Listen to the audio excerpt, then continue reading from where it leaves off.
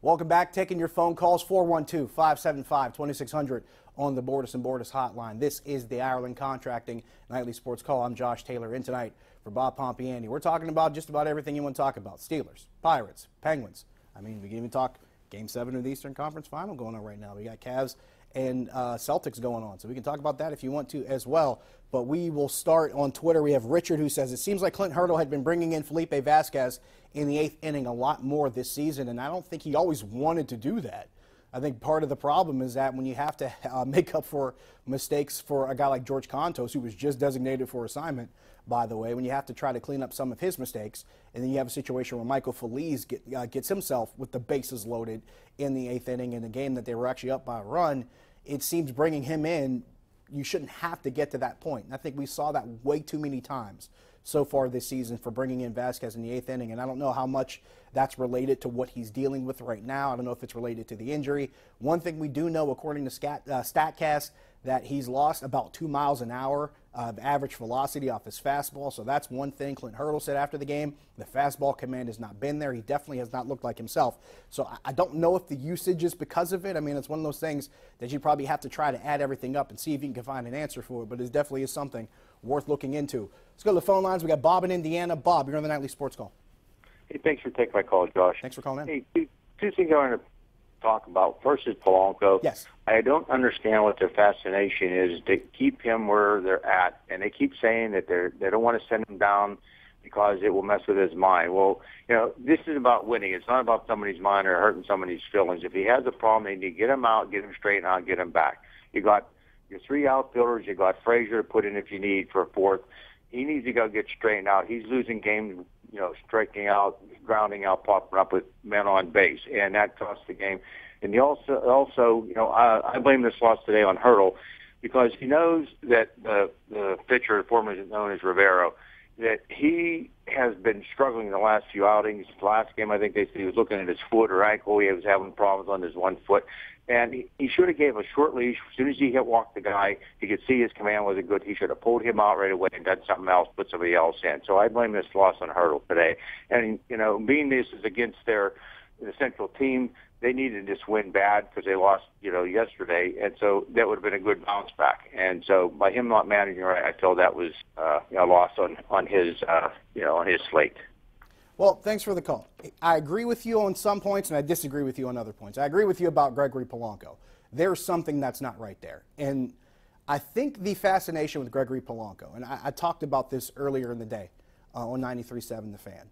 There is a lot of talk about Gregory Polanco because the scouting community just loves his body type. 6'5", 235 pounds, big, strong, athletic guy, pretty good runner for his size, probably built like a tight end or a defensive end for that matter. So people were pretty, you know, enamored with that as far as the size and the physicality of it all. But I talked about this before. Gregory Polanco was one of the few players where the scouting community and the statistics sabermetric community actually intersect. The sabermetric community will tell you that he gets on base at a pretty average to slightly above average clip, and that his OPS plus is above 100. So they'll make that claim that he's actually a guy who should be at worst league average to above average at best. That's what they'll tell you. The scouting department, the scouting community will tell you that he's a big physical guy and he should be mashing the ball all over the field. And the fact that that has not happened probably is the frustrating part. So both sides of the coin aren't really satisfied. And I think that's really what adds a lot of that up. As far as the bullpen's concerned, I can't put all of it on Clint Hurdle because Clint Hurdle didn't have come in with a clean slate and load the bases. Michael Feliz did that. Clint Hurdle didn't uncork a wild pitch with runners on first and second and move them into scoring position, which also allowed them to score on a base hit by Jed Jerko. Edgar Santana did that. So they allowed that 3-run lead to evaporate because of mistakes that they made, other guys in the bullpen. And let's say he does pull Felipe Vasquez. Let's say he brings Steven Brault in. There's no guarantee that Steven Brault gets out of that jam with the bases loaded. I don't know if there's a real clear-cut solution other than the bullpen as a whole faltered today and failed to get the job done. I think a lot of it centers from that to start out. Let's go to Joe in Penn Hills. Joe, you're on the Nightly Sports Call. Hey, Josh, how you doing? Good, how are you? Good. Well, no matter how you think of Hurdle, I've always thought that he overmanaged and he likes to have so much control. He don't let the players play. Too bad he wasn't Danny Murtaugh. But the Polanco thing, you know, this is the Cardinals we played today. They're one of our rivalries. And, you know, Dickerson's 28 years old. He's young and strong. He should have been in there. He's hitting .319. Polanco should be sitting for at least a couple games, at least take a deep breath. And every time he comes up, Josh, I've seen balls this week right down the middle at the bullseye, and he cannot hit it. He fouls it off in a big swoosh of a swing. I guess they can't get him out of that, get a short swing. So it's a real sad state we're in here, and we don't have a setup man anymore. And I don't know what's wrong with Velquez, but you know what I mean? I'm just frustrated. I'm a diehard, and it just kills me. Keep those young kids in. Dickerson, Harrison. Well, I flushed you. Thank you. Well, to your point about Corey Dickerson, let's be clear about something. The fact that Corey Dickerson didn't play had nothing to do with Gregory Polanco. Corey Dickerson didn't play because he's played the third most games and innings out of anybody on that defense this season. And they probably scheduled that day off, considering the fact they got a whole bunch more games coming up here. They got the Cubs coming into town. They got to go to St. Louis. They got to face a handful of games here against division opponents, and you got to sit Dickerson eventually. I believe he played in, I think it was 47, 48 games out of 51 going into today's game. So sooner or later, you got to sit a guy down. I think that had nothing to do with Gregory Polanco. I think Dickerson probably would have sat regardless of how Polanco was playing up until this point. So for people to think those are mutually exclusive, that might not necessarily be correct. But I do agree with you.